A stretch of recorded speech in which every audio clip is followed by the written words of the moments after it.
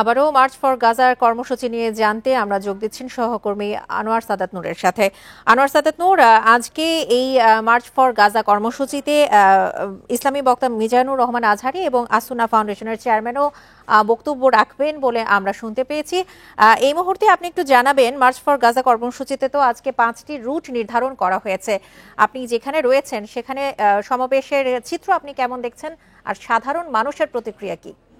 Bundle থাকলে প্রতি সেনমানিতে টাকা বাঁচবে। বিকাশ সেনমানি বান্ডেল কিনে জিতুন প্রতি লেনদেনে। সাধারণ মানুষ কিন্তু স্বতঃস্ফূর্তভাবেই এই মানে পদযাত্রায় বা এই কর্মসূচিতে অংশ নিয়েছে। তারা কিন্তু বারবার স্লোগানের মধ্য দিয়ে, তাদের বক্তব্য মন্তব্যের মধ্য দিয়ে সে কথাই বলছে যে জনস্রোত মিছিল আসছে, সেই আশাটা কিন্তু বন্ধ হয়নি। এই পুরো বাইতুল মোকাররমকে কেন্দ্র করে চারিপাশে কিন্তু রাস্তাগুলো বেশ কিছুক্ষণ ধরেই যান চলাচল বন্ধ করে ব্লক করে রাখা হয়েছে। কেননা এই যত মিছিল রাজধানীর বিভিন্ন প্রান্ত থেকে আসছে তারা কিন্তু বাইতুল মোকাররমে এসে হয় জড়ো হয়েছিল, তারপরে একসাথে পদযাত্রায় অংশ নিচ্ছে, নতুবা তারা বাইতুল মোকাররম হয়ে মানে বাইতুল মোকাররমের সামনে দিয়েই পদযাত্রা নিয়ে সোহরাওয়ার্দীর দিকে যাচ্ছেন। ফলে কিন্তু বাইতুল মোকাররমকে কেন্দ্র করে মুসল্লিদের বা সাধারণ জনগণের বা বিক্ষোভকারীদের যে ভিড় সেটি কিন্তু চলমান। আমরা এখনো দেখছি বাইতুল মোকাররমের উত্তর গেটের পাশের রাস্তা ধরে রাজধানীর মতিঝিল এলাকা থেকে আরেকটি বিক্ষোভ মিছিল এসে বাইতুল মোকাররমের মুসল্লিদের সাথে একত্রতা পোষণ করে যাচ্ছে। সেখানে আমরা ইসলামী আন্দোলন বাংলাদেশের আমিরকে দেখছি যে সেটি নেতৃত্ব দিয়ে যাচ্ছেন, এবং তার সাথে তার নেতা কর্মী সমর্থকরাও আছেন। তারা আনুষ্ঠানিকভাবে বিপুল সংখ্যক তাদের নেতাকর্মী সমর্থকদেরকে সাথে নিয়ে ফিলিস্তিনির পতাকা হাতে নিয়ে এবং তার সাথে অনেক কিছু মানে অনেক স্লোগান খচিত প্লাকার্ড হাতেও তাদের সাথে দেখা যাচ্ছে, যেখানে ফিলিস্তিনের মুক্তি দাবি করছেন, যেখানে গাজাবাসীর প্রতি শান্তি কামনা করছেন। এছাড়াও তারা বলছেন যে ফিলিস্তিনকে স্বাধীন একটি রাষ্ট্র হিসেবে তারা দেখতে চান। তাদের যে রাজনৈতিক দল হওয়া সত্ত্বেও তাদের সাথে কিন্তু আমরা কোনো ব্যানার দেখছি না, যদিও বা তাদের নেতাকর্মীরা তারা একত্রিত হয়েই এই পদযাত্রায় অংশ নিয়েছেন এবং তারা মিছিলের সাথে সাথে যাচ্ছেন। আমরা আগেই জেনেছিলাম যে ইসলামী আন্দোলন বাংলাদেশ এবং বিএনপির নেতাকর্মীরা এই বাইতুল মোকাররম এলাকা থেকেই তারা সম্মিলিতভাবে পদযাত্রা বের করবে যে মার্চ ফর গাজা এই কর্মসূচিতে অংশ নেওয়ার জন্য, এবং তারা সোহরাওয়ার্দীতে যাবেন। সেই পূর্ব ঘোষিত কর্মসূচির অংশ হিসেবে কিন্তু আমরা এখন দেখতে পাচ্ছি ইসলামী আন্দোলন বাংলাদেশের নেতাকর্মীরা তারা অংশ নিয়ে যাচ্ছেন। শুধু রাজনৈতিক কর্মী না, কিন্তু এখানে বলে রাখি যে বিভিন্ন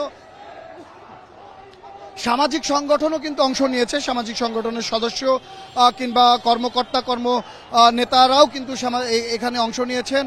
সাধারণ মানুষ যারা বিভিন্ন পেশাজীবী বলা যায় তারাও কিন্তু এই সময়টাকে উপলক্ষ করেই তারা দিনের কাজ শেষ করে কিংবা মধ্যবিরতি নিয়ে জোহরের নামাজ শেষে এই কর্মসূচিতে অংশ নিয়েছে। অনেকেই পদযাত্রায় অংশ নিয়েছেন যে তারা বাইতুল মোকাররম থেকে তারা সোহরাওয়ার্দী উদ্যান পর্যন্ত যাবেন, তাদের সাথে সংহতি প্রকাশ করতে বা একাত্মতা প্রকাশ করতে তারা এই মধ্যবর্তী সময়ের জন্য অংশ নিয়েছেন। কেননা সাধারণ মানুষ বলছেন যে ফিলিস্তিনিতে যে বর্বরতা দেখানো হচ্ছে আসলে সেটি মেনে নেওয়ার মতো নয়। তাদের বাংলাদেশে বসে আসলে কিছু করার না থাকলেও তারা সংহতি প্রকাশ করে তাদের পক্ষে মতামত দিয়ে তারা তাদের যে আরেক ভাই মুসলিম ভাইয়ের প্রতি সমবেদনা জানাতে চান, তাদের পক্ষ নিতে চান। তারা এই মার্চ ফর গাজাতে অংশ নেওয়ার জন্য যেটা বলছেন যে আমরা জানতে চেয়েছিলাম যে কেন তারা মার্চ ফর গাজা কর্মসূচিকে এতটা গুরুত্ব দিচ্ছে বা তারা এখানে উপস্থিত হতে এসেছেন।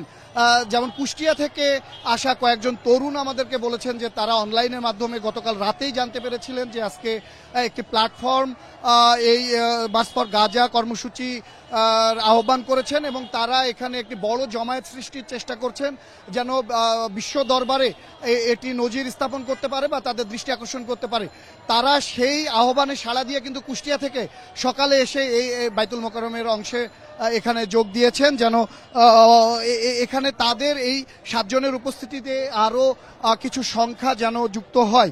একটি বিষয় জানাবেন, আপনি কিছুক্ষণ আগেও জানাচ্ছিলেন যে বিভিন্ন রাজনৈতিক দল, বিশেষ করে ইসলামী আন্দোলন বাংলাদেশের কথা বললেন, বিএনপি, জামায়াত, এদের মধ্যে কেন্দ্রীয় নেতাদের মধ্যে কাদের কাদের আপনি দেখতে পেয়েছেন? আর আমরা সকাল থেকেই দেখছি যে বেলা 3টার দিকে এই সমাবেশ শুরু হওয়ার কথা থাকলেও সকাল থেকেই কিন্তু যে 5টি পয়েন্ট নির্ধারণ করা হয়েছে, বিভিন্ন পয়েন্ট হয়ে কিন্তু মানুষ রাজধানীর সোহরাওয়ার্দী অভিমুখে যাত্রা শুরু করেছেন।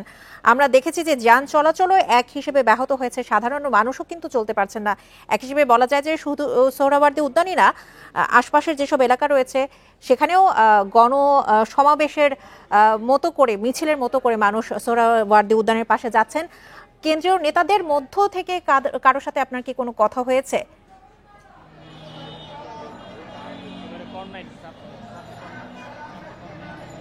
ভাই, আসলে সকাল থেকে কিন্তু এটি পূর্ব নির্ধারিত একটি কর্মসূচি। এই কর্মসূচিকে কেন্দ্র করে সকাল থেকেই মানুষের আনাগোনা, এবং অন্যান্য দিনের শনিবারের তুলনায় ঢাকা শহরে যে কর্মব্যস্ততা দেখা যায়, কর্মচাঞ্চল্যতা দেখা যায়, আজকে কিন্তু সকাল 9টা 10টার দিকে আমরা সেই কর্মচাঞ্চল্যতা কিছুটা কমই দেখেছি বলা যায়। মানুষের মধ্যে বরং একটি প্রস্তুতি ছিল যে মার্চ ফর গাজা এই কর্মসূচিতে মানুষ স্বতঃস্ফূর্তভাবে অংশ নেবে। রাজনৈতিক সামাজিক যে সংস্থা বা সংগঠন তারাও কিন্তু প্রস্তুতি ছিল বা প্রস্তুত নিয়েছিল যে তারা এই জায়গাগুলোতে বা এই কর্মসূচিতে কতটা লোক সমাগম করা যায় বা উপস্থিত হওয়া যায়। যারই ধারাবাহিকতায় আমরা একেবারে সকালে দেখেছি বেলা 10টার দিকেই যে জামায়াতে ইসলাম তারা কিন্তু একটি বাইতুল মোকাররমে একটি সংক্ষিপ্ত সমাবেশ করে। তাদের নেতাকর্মীরা কিন্তু ছোট ছোট স্লোগান নিয়ে, দল নিয়ে বাইতুল মোকাররমে এসে যুক্ত হয়। তারপরে তারা সেখানে সংক্ষিপ্ত সমাবেশ শেষে তারপরে কিন্তু মূল সমাবেশে মূল স্থলে যোগ দেওয়ার জন্য সোহরাওয়ার্দীর উদ্দেশ্যে তারা পদযাত্রা করে, একটি বিক্ষোভ মিছিল নিয়ে পদযাত্রা করে। এই যে রাজনৈতিক দল হিসেবে কিন্তু জামায়াতে ইসলাম যেটা করেছে এই বাইতুল মোকাররম থেকে, ঠিক একইভাবে বেলা 12টার পর থেকে কিন্তু বিএনপির নেতাকর্মীরা ছোট ছোট দল নিয়ে এসে বাইতুল মোকাররমে জড়ো হওয়া শুরু করে। কেননা তাদের পূর্ব ঘোষিত সময়ই ছিল 12টার পরে থেকে কিন্তু আসা শুরু করে। এরপরে আমরা দেখলাম যে ইসলামী আন্দোলন বাংলাদেশের নেতাকর্মীরাও তাদের মতো আলাদা আলাদা দল রাজধানীর বিভিন্ন জায়গা থেকে নিয়ে এসে বাইতুল মোকাররমে এসে জড়ো হতে শুরু করে। আমরা যেমন জামায়াতে ইসলামের জেনারেল সেক্রেটারিকে দেখেছিলাম একজন রাজনৈতিক ব্যক্তিত্ব হিসেবে বা নেতা হিসেবে যোগদান করতে। সেখানে জামায়াতের আরও অনেক নেতাকর্মীরা যুক্ত ছিলেন। সেখানে তাদের যে অঙ্গ সংগঠন তারাও যুক্ত ছিলেন, এমনকি ইসলামী যে ছাত্র শিবিরের সাবেক নেতাকর্মীরাও সেখানে উপস্থিত ছিলেন। এবং এই কর্মসূচিকে নিয়ে কিন্তু তারাও আলাদা আলাদা বিবৃতি দিয়েছিলেন। দুপুরের পর কিন্তু আমরা দেখেছি বিএনপি যারা উপস্থিত হয়েছেন তারা ভেতরে উপস্থিত ছিলেন, যে তারা বিএনপির মতো করে আলাদা করে এই কর্মসূচিতে অংশ নিতে চান। সেই উদ্দেশ্যে কিন্তু তারা অপেক্ষা করছেন। আমরা এই বাইরে অপেক্ষারত দেখেছি যুবদল কর্মীদের, যে ঢাকা মহানগর দক্ষিণের যে যুবদল, তারা দক্ষিণ যে কে সংগঠিত করে তারা আলাদা ভাবে এসে এখানে উপস্থিত হয়েছেন, যে বিএনপির যে মূল দল তারা যখন বের হবেন তাদের সাথে তারা বের হবেন, এরকমটা উদ্দেশ্য নিয়ে। ফলে তবে উল্লেখ্য এরকমটা কিন্তু বলা যায় যে একটি উল্লেখযোগ্য ব্যাপার যে আলাদা করে কোনো দল কোনো ধরনের ব্যানার এখানে বহন করছে না। এখানে সবাই একজন বিক্ষুব্ধ জনতা, একজন শান্তিকামী গাজাবাসীর পক্ষে সাধারণ মানুষ হিসেবে উপস্থিত হচ্ছেন এবং তারা গাজার মুক্তির আহ্বান জানাচ্ছেন, মুক্তির বার্তা দিচ্ছেন। তারা ওআইসির দৃষ্টি আকর্ষণ করতে চাচ্ছেন, বিশ্বের নেতাদের দৃষ্টি আকর্ষণ করতে চাচ্ছেন যে মুসলিম বিশ্ব গাজার প্রতি যে নির্মমতা দেখানো হচ্ছে সেটি কোনোভাবেই তারা মেনে নিতে চান না, মেনে নেবেন না। এবং তারা এটাও রাজনৈতিক দলগুলোর অংশগ্রহণের মাধ্যমে তারা প্রকাশ করতে চান যে বাংলাদেশের রাজনৈতিক অবস্থান যার যেখানেই থাকুক, আসলে মুসলিম বা মুসলমানদের ঐক্যের কাছে কিন্তু সবাই সবকিছুর ঊর্ধ্বে। তারা বলছেন যে যেখানে একজন মুসলিম নির্যাতন বা নিগ্রহের শিকার হয় সেখানে তাদের কাছে দল মত বলে আর কোনো ব্যাপার থাকে না। তারা কিন্তু তাদের যে বক্তব্য তার মধ্য দিয়ে এই কথাটি বারবার তুলে ধরার চেষ্টা করেছেন এবং স্পষ্ট করেছেন যে যে কোনো পৃথিবীর যে কোনো প্রান্তের একজন মুসলমানের সমস্যায় বা নিপীড়নের পক্ষে পুরো বিশ্বের মুসলমানই সেটাকে প্রোটেস্ট করবে, তারা সেখানে প্রতিবাদ জানাবে, নিন্দা জানাবে এবং তারা চেষ্টা করবে সেখানে শান্তির বার্তা কিভাবে পৌঁছে দেওয়া যায়, সমাধান নিয়ে আসা যায়, সেটা আন্তর্জাতিক হলেও তারা সেটাই চেষ্টা করে যাবে। জোহরের পরে যেই মিছিলটি আসলে কেন্দ্র থেকে বের হওয়ার কথা ছিল উত্তর গেট থেকে মিছিল শেষ করে এখন দক্ষিণ গেট থেকে মিছিলটি ঘুরে আসছে। পুরো বাইতুল মোকাররম এলাকা জুড়ে চারিপাশ ঘিরেই কিন্তু আজকে এই প্রতিবাদী মানুষ, বিক্ষুব্ধ জনতা, শান্তিকামী জনতার ঢল ভিড় নেমেছে। তারা বিভিন্ন প্লাকার্ড, স্লোগান হাতে নিয়ে রাস্তায় নেমেছে। তাদের হাতে বাংলাদেশের পতাকার পাশাপাশি আমরা ফিলিস্তিনের পতাকা দেখছি। আরবিতে লেখা ইসলামের বাণী নিয়ে এসেছেন শান্তির বার্তা হিসেবে। তারা একই সাথে কিন্তু এখান থেকে আলাস্কাকে সেভ করার কথা বলছেন। তারা ইসরায়েলি পণ্য বয়কটের কথা বলছেন। তারা বাংলাদেশ প্রশাসনের দৃষ্টি আকর্ষণ করছেন যে বাংলাদেশ প্রশাসন যেন কূটনৈতিকভাবেও এটার একটা পাল্টা জবাব দেন বা বিশ্ব দরবারে তাদের অবস্থানটিকে তুলে ধরেন। তারা কিন্তু বাংলাদেশের যেসব ব্যবসায়ী বা আমদানিকারক তাদের উদ্দেশ্যেও কিন্তু বার্তা দিচ্ছেন যে যেসব আমদানিকারক, যেসব ব্যবসায়ীরা ইসরায়েল থেকে পণ্য আমদানি করেন কিংবা ইসরায়েলি পণ্যের বিতরণ করেন, বিপণন করেন, তাদের প্রতি আহ্বান জানাচ্ছেন যে ইসরায়েলি পণ্য বিতরণ থেকে, আমদানি থেকে বা বিপণন থেকে বিরত থাকতে। তারা সাধারণ ক্রেতাকেও আহ্বান জানাচ্ছেন যে ইসরায়েলি পণ্য বয়কট করতে, ইসরায়েলি পণ্য না কেনার জন্য। কেননা ইসরায়েলকে এখন মুসলিম নির্যাতনের একটি বড় শত্রু বা বড় পক্ষ হিসেবে দেখছেন, যার ফলে কিন্তু দীর্ঘদিন ধরে ইসরায়েলি পণ্য বয়কট করার ডাক বারবার দিয়ে আসা হয়েছে বাংলাদেশি মুসলমানদের পক্ষ থেকে। তবে সম্প্রতি কিন্তু ইসরায়েলি যে হামলা, মানে ফিলিস্তিনের উপরে সে হামলার যে বর্বরতার, নৃশংসতার নিন্দা জানিয়ে পুরো বিশ্বই বিভিন্ন প্রতিবাদের ভাষায় বিভিন্নভাবে প্রতিবাদ জানিয়েছে এই ইসরায়েলের বিপক্ষে, ইসরায়েলের এই কর্মকাণ্ডের বিপক্ষে। তারই কর্মসূচি বা তারই অংশ হিসেবে কিন্তু বাংলাদেশও বিভিন্ন কর্মসূচি সম্প্রতি সময় ধরে পালন করে আসছে। তারই একটি বড় অংশ, মানে তারই একটি কর্মসূচি এই মার্চ ফর গাজা। যারা এই কর্মসূচিটির আয়োজন করেছে অনলাইন প্ল্যাটফর্মের মাধ্যমে, যে তারা কিন্তু বেশ কয়েকদিন ধরেই এই কর্মসূচির প্রচারণা চালাচ্ছিলেন এবং তারা পরিকল্পনা করেছিলেন যে সবচাইতে বড় জমায়েত ঘটাবেন এই কর্মসূচিতে। আরেকটি বিষয় একটু জানাবেন, আপনি তো সেখানে আছেন অনেকক্ষণ ধরে, সকাল থেকে আপনি সেখান থেকে তথ্য সংগ্রহ করছেন। আমরা একটুখানি দর্শকদের জন্য বলে রাখি যে আজকে যে 5টি পয়েন্ট হয়ে মানুষ সোহরাওয়ার্দী উদ্যান অভিমুখে যাচ্ছেন সেগুলোর মধ্যে প্রথমে বাংলা মোটর, কাকরাইল 0 পয়েন্ট, বকশীবাজার মোড় এবং নীলক্ষেত মোড় হয়ে সেখানে উদ্যানের অভিমুখে মার্চ ফর গাজা কর্মসূচিতে অংশগ্রহণকারীরা যাত্রা শুরু করেছেন। এক্ষেত্রে একটু জানিয়ে রাখতে চাই, বিশেষ নির্দেশনায় বলা হয়েছিল যে আজকে এই মার্চ ফর গাজা কর্মসূচির জন্য মেট্রো রেলের যে টিএসসির স্টেশন সেখানে কার্যক্রম বন্ধ থাকবে। আমরা দেখেছি যে সকাল থেকে বিভিন্ন ক্রিকেটাররা, সামাজিক সাংস্কৃতিক বিভিন্ন বিশিষ্ট ব্যক্তিরা আজকের এই মার্চ ফর গাজা কর্মসূচি নিয়ে বিভিন্ন স্ট্যাটাস দিয়েছেন। তারা সশরীরেও অনেকে এই মার্চ ফর গাজা কর্মসূচিতে অংশগ্রহণ করছেন। ক্রিকেটাররা বা যেসব অভিনয় শিল্পীরা রয়েছেন তাদের বা বিশিষ্ট সমাজের বিশিষ্ট জনদের মধ্য থেকে কারো সঙ্গে আপনার কথা হয়েছে কিনা, তারা আসলে এই বিষয়টিতে এই মার্চ ফর গাজা কর্মসূচির মাধ্যমে কি ধরনের বার্তা দিচ্ছে সেই বিষয়টি আপনার কাছ থেকে জানবো। তবে এই মুহূর্তে আমাদের সঙ্গে শাহবাগ থেকে যোগ দিচ্ছেন আমাদের সহকর্মী আলামিন হোসেন, একটু জানবো তার কাছ থেকে। আলামিন, আপনি কি শুনতে পাচ্ছেন আমার কথা? শাহবাগে এই মুহূর্তের পরিস্থিতি আপনি কেমন দেখছেন?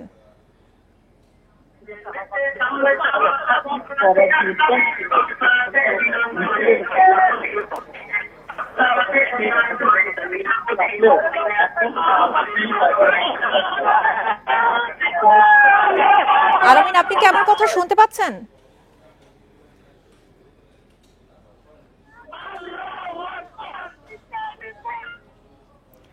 আলামিন, এই মুহূর্তে শাহবাগের পরিস্থিতি আপনি কেমন দেখছেন?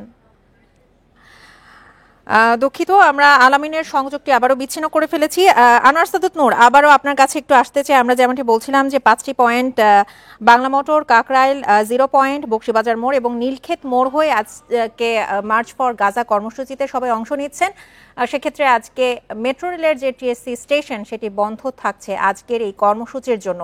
একটুখানি জানাবেন, বিভিন্ন অঙ্গনের ক্রিকেটার যারা রয়েছেন, সাংস্কৃতিক ব্যক্তিত্ব যারা রয়েছেন, তাদের মধ্য থেকে কি কারো সঙ্গে আপনার কোনো কথা হয়েছে কিনা? বিশিষ্ট ব্যক্তিরা এই মার্চ ফর গাজা কর্মসূচির মাধ্যমে বিশ্ববাসীর কাছে কি বার্তা দিতে চাচ্ছেন?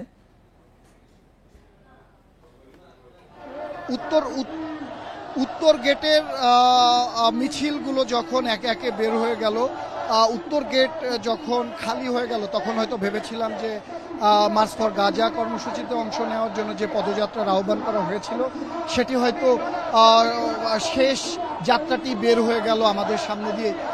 কিন্তু আমরা সেখান থেকে কিছুটা সরে এসে দক্ষিণ গেট থেকে বের হয়ে একই রাস্তায় আসা, যে রাস্তার প্রান্তে এসে সেই চিত্র বা সেই ভাবনাটি কিন্তু যে ভুল হয়েছে সেটি আমরা আমাদের সাথে আপনারাও দেখতে পাচ্ছেন যে আসলে জনস্রোত এখনো রয়ে গেছে এবং 1:30টার পর থেকে, আমরা বলবো 1:30টার পর থেকে কিন্তু বাইতুল মোকাররম এলাকা থেকে সোহরাওয়ার্দী উদ্যানে অংশ নিতে, মার্চ ফর গাজার এই প্রোগ্রামে অংশ নিতে যে পদযাত্রা বের হওয়ার কথা ছিল সেটা কিন্তু পদযাত্রাটি এখনো চলমান। আমরা যেখানে আছি সেখানে কিন্তু একটি জায়গা, একটি মোড়কে থেকেই দেখাচ্ছি যে এই সমাবেশ বা এই পদযাত্রা কিন্তু সেখানে দাঁড়িয়ে নেই, এই পদযাত্রা চলমান এবং এই জনস্রোত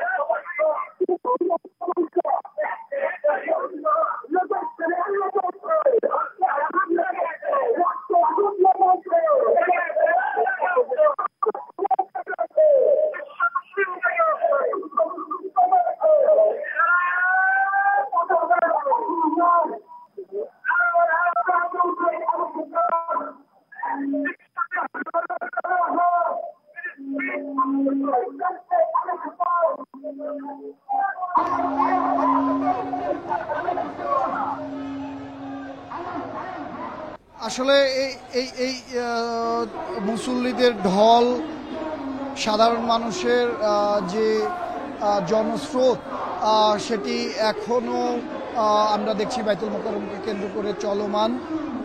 মতিঝিল এরিয়া থেকেও বেশ কিছু খণ্ড খণ্ড মিছিল এসে এই দলের সাথে যোগ দিয়েছে।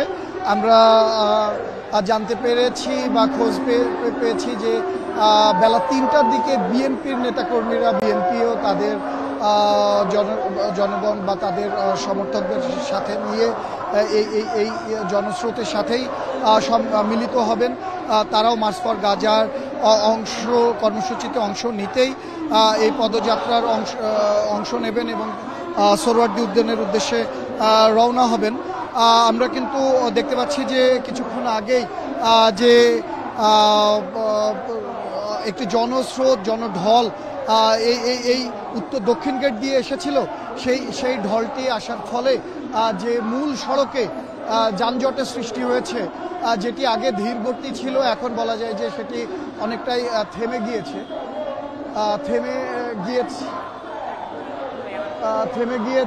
ফলে বিকেল 3টা থেকে এই সমাবেশের আনুষ্ঠানিকতা শুরু হতে যাচ্ছে। এখানে মিজানুর রহমান আজহারী সহ আসুনা ফাউন্ডেশনের যে চেয়ারম্যান রয়েছে, এছাড়াও বিভিন্ন রাজনৈতিক দলের বক্তারা এখানে যোগ দেবেন। কেন্দ্রীয় নেতারাও এখানে সামিল হচ্ছেন একসাথে সব ধরনের শ্রেণী পেশার মানুষের সাথে মার্চ ফর গাজা কর্মসূচিতে। আমরা দেখছি যে 5টি পয়েন্ট হয়ে মানুষ এখন পর্যন্ত প্রবেশ করছে। তাদের জন্য একটু জানিয়ে রাখি, যারা এখন পর্যন্ত আপনি বলছিলেন যে এখনো অনেকেই এই মার্চ ফর গাজা কর্মসূচিতে অংশ নেওয়ার জন্য প্রস্তুতি নিচ্ছেন, তাদের জন্য একটু জানিয়ে রাখি, বাংলা মোটর হয়ে আজকে শাহবাগ হয়ে উদ্যানের রমনা গেট দিয়ে প্রবেশ করতে পারবে তারা। কাকরাইল মোড় হয়ে মৎস্য ভবনের সামনে যে ইঞ্জিনিয়ার্স ইনস্টিটিউশনের যে গেট আছে সেদিক দিয়েও প্রবেশ করতে পারবেন। 0 পয়েন্ট হয়ে দোয়েল চত্বর হয়ে টিএসসির গেট দিয়েও প্রবেশ করতে পারবেন সোহরাওয়ার্দী উদ্যানে। এছাড়া বক্সিবাজার মোড় হয়ে শহীদ মিনারের ওই পাশ দিয়ে যে প্রবেশ পথ রয়েছে সোহরাওয়ার্দী উদ্যানে, সেখান দিয়েও তারা অংশগ্রহণ করতে পারবেন। এবং নীলক্ষেত মোড় হয়ে ভিসি চত্বর দিয়ে যে সোহরাওয়ার্দী উদ্যানের গেট আছে সেদিক দিয়েও তারা অংশগ্রহণ করতে পারবেন। আপনি যে সকাল থেকে দেখতে পাচ্ছেন, আমরা দেখছি যে মার্চ ফর গাজা কর্মসূচির জন্য রাজপথে বিভিন্ন সড়কে যানজটের সৃষ্টি হয়েছে এবং এখন বলা যায় যে একেবারেই যান চলাচলের অনুপযোগী হয়ে পড়েছে বিভিন্ন সড়কের বিভিন্ন পয়েন্টে। সাধারণ মানুষের যদিও ভোগান্তি হচ্ছে, তবুও গাজার ফিলিস্তিনিদের পক্ষে প্রতিবাদ জানানোর জন্য মার্চ ফর গাজা কর্মসূচিতে যে সকল সাধারণ মানুষ যোগ দিয়েছেন তাদের বক্তব্য কি?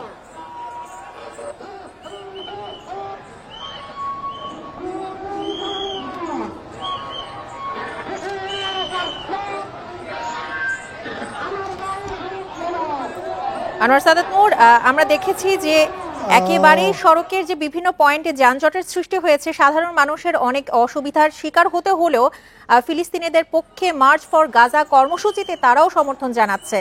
সাধারণ মানুষ কি বলছেন এই মার্চ ফর গাজা কর্মসূচি নিয়ে?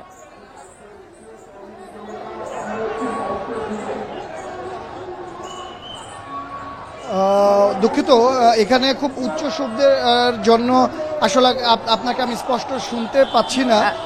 আসলে আমি একটু বলতে চাই, সাধারণ মানুষের বক্তব্যকে এই মার্চ ফর গাজা কর্মসূচি নিয়ে, সাধারণ মানুষ এই মার্চ ফর গাজা কর্মসূচিতে ফিলিস্তিনিদের পক্ষে যে অবস্থান নিচ্ছেন, তাদের বিভিন্ন ধরনের অসুবিধা সত্ত্বেও তারা কি বলছেন, এই তারা বিশ্ববাসীর কাছে কি বার্তা দিতে চাচ্ছেন?